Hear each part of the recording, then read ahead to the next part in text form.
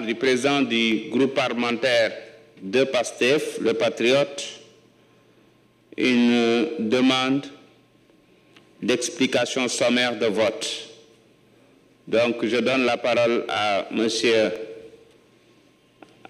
Mohamed Aïb Salim Dafé. Vous avez 5 minutes.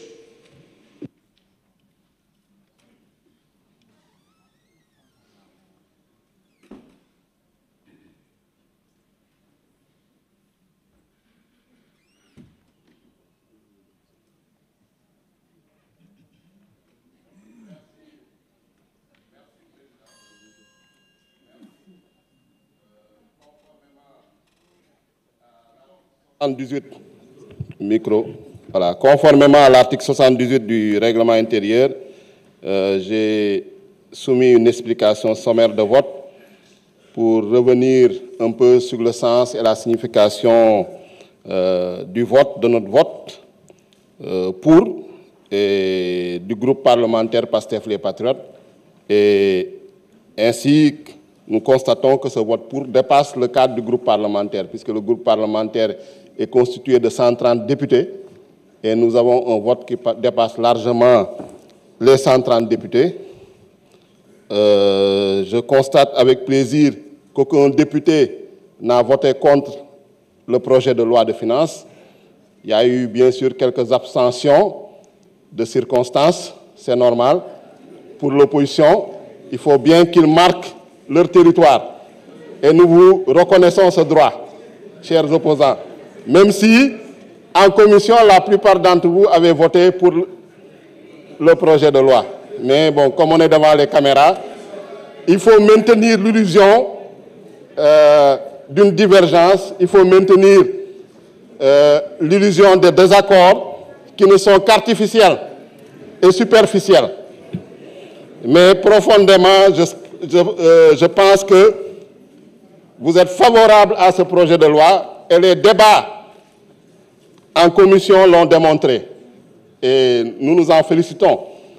Et en commission, durant, en tout cas, pour la LFI 2025, nous avons constaté quand même une bonne participation, un débat courtois, un débat cordial, avec aussi bien les membres du groupe Takoualou et les non-inscrits. Tout à l'heure, effectivement, j'ai cité nommément mon collègue Abdoumou pour dire qu'il s'était abstenu lors du vote hier. C'est une erreur, je m'en excuse. Tu ne t'es pas abstenu, il ne s'est pas abstenu, il était absent. Comme d'habitude, il n'était pas là. Donc c'est une méprise. Effectivement, j'ai cru qu'il était là, mais il n'était présent qu'à 2 séances de commission.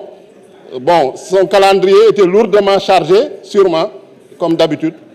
Et en séance plénière, même, il est là, présent, pour apporter la réplique. Effectivement, c'est ça la démocratie. Même si on est minoritaire, on doit accepter les désaccords, on doit accepter la contradiction. Et nous nous en félicitons. Mais c'était pour dire vraiment, féliciter le gouvernement, le président de la République, le Premier ministre, par rapport à cette loi de finances rectificative. Parce qu'en 2023, nous, c'est la première fois, lors de la 14e législature, nous n'avons pas, en tout cas, on ne nous a pas soumis de loi de finances rectificative.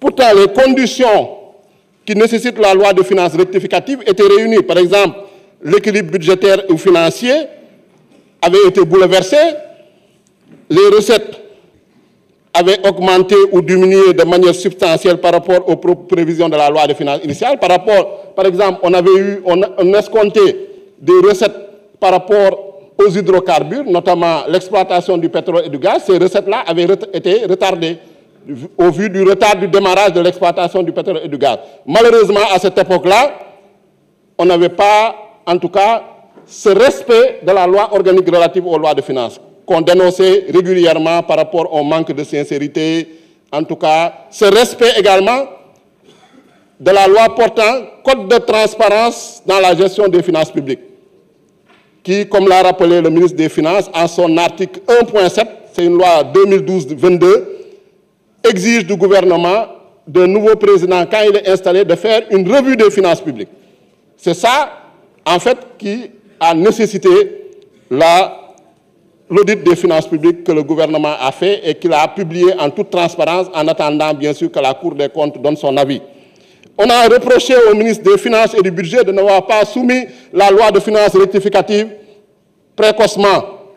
Mais le ministre des Finances et du Budget, je vous rappelle, s'était présenté pour le débat d'orientation budgétaire. Il avait été chassé comme un malpropre à l'époque par Abdoumbo et son groupe parlementaire. Donc, en violation de l'article 3 du règlement intérieur. Donc, comment il va présenter une loi de finances rectificative dans ces conditions? C'est impossible, reconnaissons-le. Donc, monsieur le ministre, nous vous félicitons. Merci beaucoup.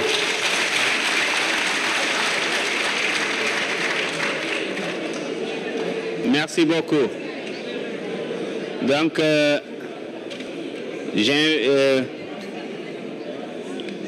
je mets au voix l'ensemble du texte. Mes chers collègues, le vote a démarré.